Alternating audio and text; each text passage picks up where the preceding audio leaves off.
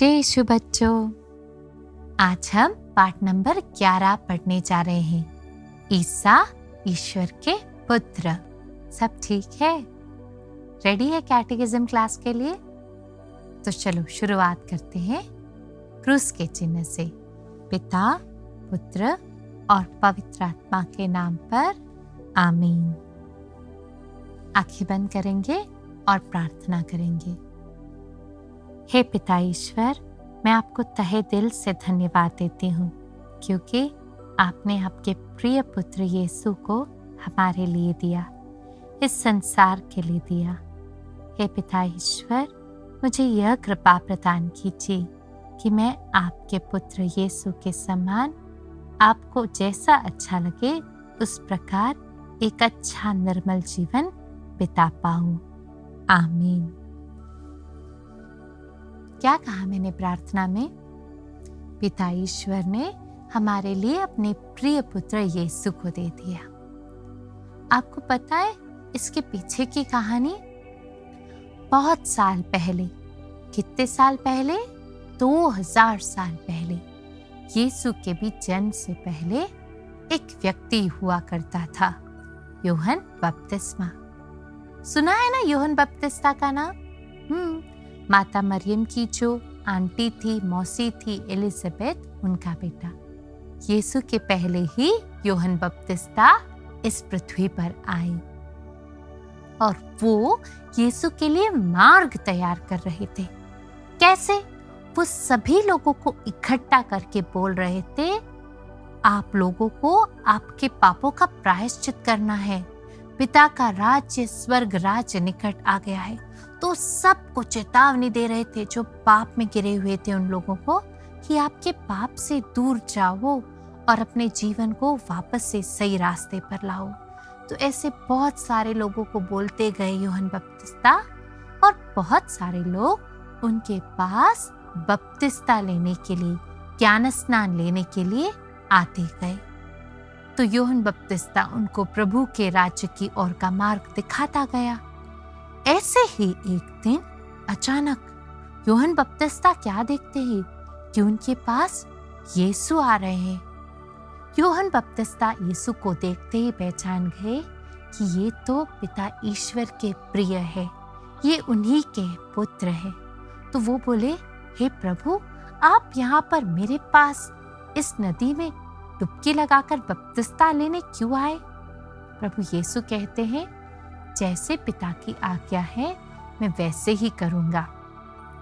यीशु, आपको पता है बच्चों, बिल्कुल पापहीन थे। उन्होंने किसी भी प्रकार का पाप नहीं किया था।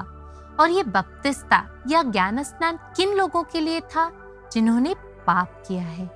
पर यीशु एकदम विनम्र होकर चुपचाप उस नदी में डुबकी लगाते हैं।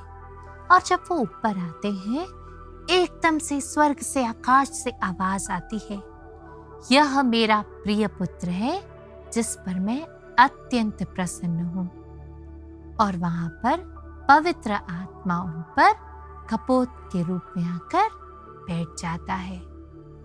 हाँ बच्चों, किसकी आवाज थी वो? पिता ईश्वर की। यह मेरा प्रिय पुत्र है जिस पर मैं अत्यंत प्रसन्न हूं। ऐसा ही पिता ईश्वर हमारे बारे में भी कहेंगे जब हम यीशु की तरह अच्छा जीवन बिताएंगे। आपको पता है यीशु का बपतिस्मा किस नदी में हुआ था? यरदन नदी में। तो यरदन नदी का एक गीत सुनो ध्यान से, आपके बुक में पेज नंबर 50। तो ये गीत सुनेंगे और हम एक साथ गाएंगे। पहले हम बहुत सारे एक्शन सॉन्ग करते थे ना, अब हम बस हाथ जोड़कर गीत गाएंगे इस वाले में, ठीक है? यरदन नदी में प्रभु आया, ज्ञान स्नान जब स्वीकारा, स्वर्ग से वह उतर आया, पावन आत्मा उतर आया। हम भी पावन ज्ञान स्नान स्वीकार करते, पावन क्षण बन जाते हैं ईश्वर के प्यारे बच्चे प्रीतिमान। एक और बार गाएंगे मेरे साथ? चलो रेडी हो जाओ। यर्दन नदी में प्रभु आया, ज्ञान स्नान जब स्वीकारा, स्वर्ग से वह उतर आया, पावन आत्मा उतर आया। हम भी पावन ज्ञान स्नान स्वीकार करते, पावन क्षण बन जाते हैं ईश्वर के प्यारे बच्चे प्रीतिमान। अब बच्चों इसी पेज पे गीत के नीचे आपको लिखना है ईसा ईश्वर के पुत्र है। पहली लाइन में बड़ी अक्षरों में, फिर सेकंड लाइन में उससे थोड़ी और छोटी अक्षरों में, और थर्ड लाइन में और छोटी अक्षरों में। हर बार आप अलग अलग रंगों का इस्तेमाल करना। सबसे सुंदर राइटिंग में लिखना है आपको। मैं देखूंगी कि किसकी राइटिंग सबसे अच्छी है। क्या लिखना है आपको? ईसा ईश्वर के पुत्र है, एकदम सुंदर राइटिंग में। बच्चों आपको पता है क्या, जब हम ज्ञान स्नान स्वीकार करते हैं या बपतिस्मा स्वीकार करते हैं तो हमारे अंदर क्या होता है? हम ईश्वर के पुत्र बन जाते हैं। We become children of God. हम स्वर्ग राज्य में स्वर्ग राज्य के संतान बन जाते हैं। इसलिए बपतिस्मा ग्रहण करना बहुत ही महत्वपूर्ण है। हम ईसाई कैसे बनते? बपतिस्मा द्वारा ही हम ईसाई भी बनते हैं, नहीं तो हम कोई और होते। जैसे हमारे साथ पढ़ने वाले हमारे दोस्त हिंदू है, मुसलमान है, तो जब हम बपतिस्मा ग्रहण करते हैं तो हम ईसाई बन जाते हैं। तो इसीलिए बपतिस्मा संस्कार हमारे लिए बहुत ही महत्वपूर्ण है। जब पुरोहित या जब फादर जी हमें बपतिस्मा देते हैं तो वो क्या करते? पानी से हमारे ऊपर क्रूस का चिन्ह बनाते। जैसे हर क्लास की शुरुआत में मैं आपको क्रूस का चिन्ह बना के बताती हूँ ना, तो कैसे फादर जी हमारे यहाँ पर सर पर पिता, पुत्र और पवित्र आत्मा के नाम पर आमीन कहकर हमें आशीषित करते हैं। इन तीनों के नाम पर हमें आशीष मिलता है। पिता ईश्वर के नाम पर, पुत्र ईश्वर के नाम पर और पावन आत्मा के नाम पर। हम कितने भाग्यशाली है बच्चों कि देखो त्रिएक ईश्वर हमें आशीष दे रहे हैं। त्रिएक ईश्वर कौन है? पिता, पुत्र और पवित्र आत्मा। मतलब एक ही ईश्वर में तीन जन, पिता, पुत्र और पवित्र आत्मा। इसलिए तो हम हर क्लास के पहले क्रूस का चिन्ह बनाकर शुरू करते हैं। अब हम एक छोटी सी प्रार्थना करेंगे। चलो आंखें बंद कर लो। हे पिता ईश्वर, मैं विश्वास करती हूँ कि आप पिता, पुत्र और पवित्र आत्मा एक ही ईश्वर है। मुझे यह कृपा प्रदान कीजिए कि मैं सदैव आपको पूरे दिल से प्रेम कर सकूं। आमीन। अब और एक गीत। यीशु का बपतिस्मा किस नदी में हुआ था? कौन बताएगा? वेरी गुड, यरदन नदी। जो हमने पिछला गीत गाया था ना, अब वैसा ही एक और यरदन नदी वाला गीत सेम ट्यून में। ठीक है, ध्यान से सुनो। आपकी बुक्स में देखकर आप गाइएगा।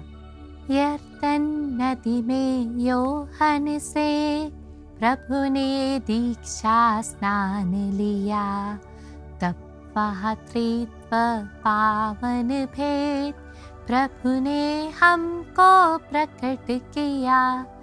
कपोत रूप में दिव्यात्मा प्रभु पर उतरा ठहर गया, जिसने यह सब देख लिया उसने माना जान लिया। अब आपके बुक्स में पेज नंबर 52 पर एक सुंदर सा क्रूस है।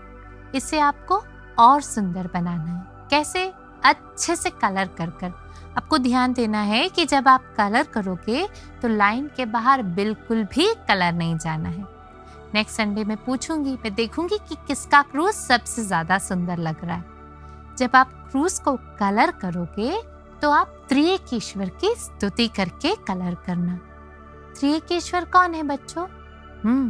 मैंने बताया था ना, पिता, पुत्र और पवित्र आत्मा, ये तीनों मिलकर एक ही ईश्वर है और हम बोलते हैं त्रिएक ईश्वर।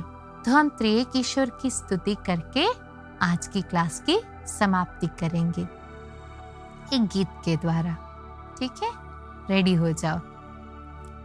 परम पिता तू सिरजनहार, नित्य सुता तू तारणहार, पावन आत्मा खेवनहार, तेरी स्तुति हो बारंबार। ठीक है, वापस इसे रिपीट करना है।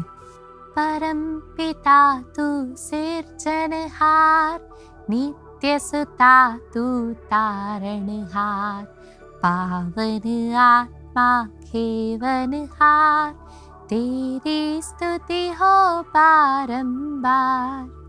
बच्चों, आज हमने इस क्लास की समाप्ति त्रिएक ईश्वर की स्तुति करते हुए की। प्रभु ईश्वर आप सबको आशीष दे। आमीन।